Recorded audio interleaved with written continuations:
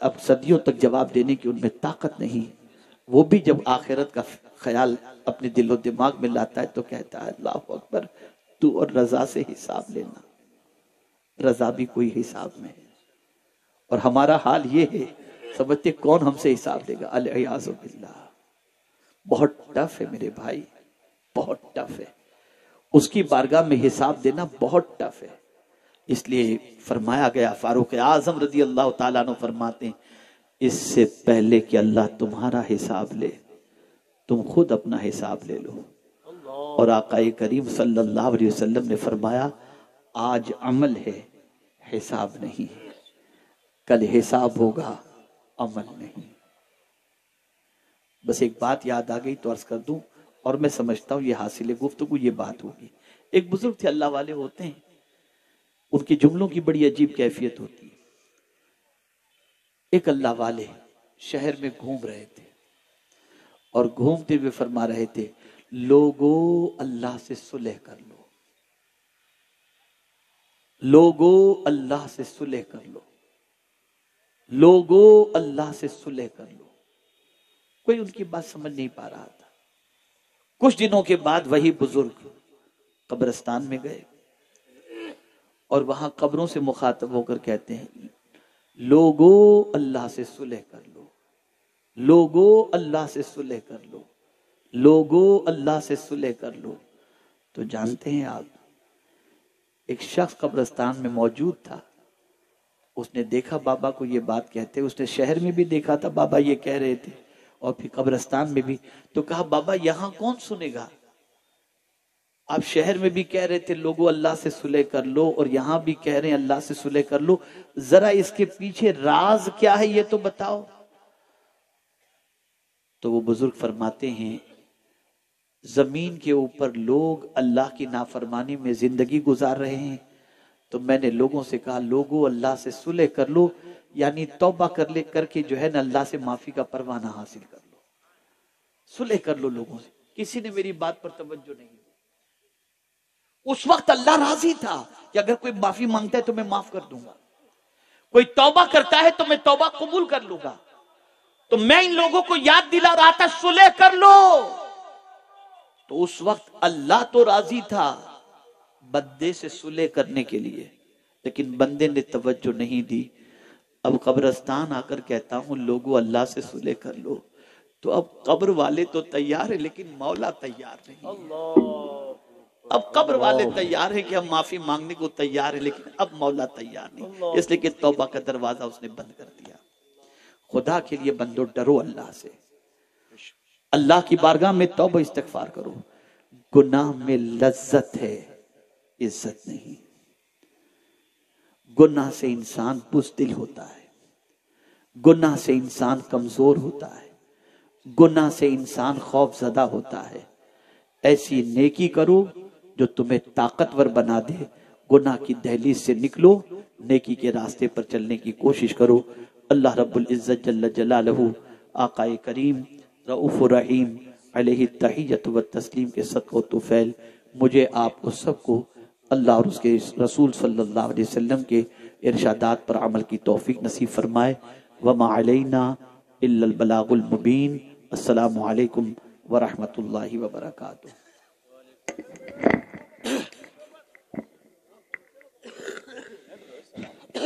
سلام. مصطفیٰ جان رحمت پہ لاکھوں سلام، مصطفیٰ جان رحمت پہ لاکھوں سلام، شمع بز میں ہدایت پہ لاکھوں سلام. درد دل نام لینے سے ہوتا ہے کم، اس لیے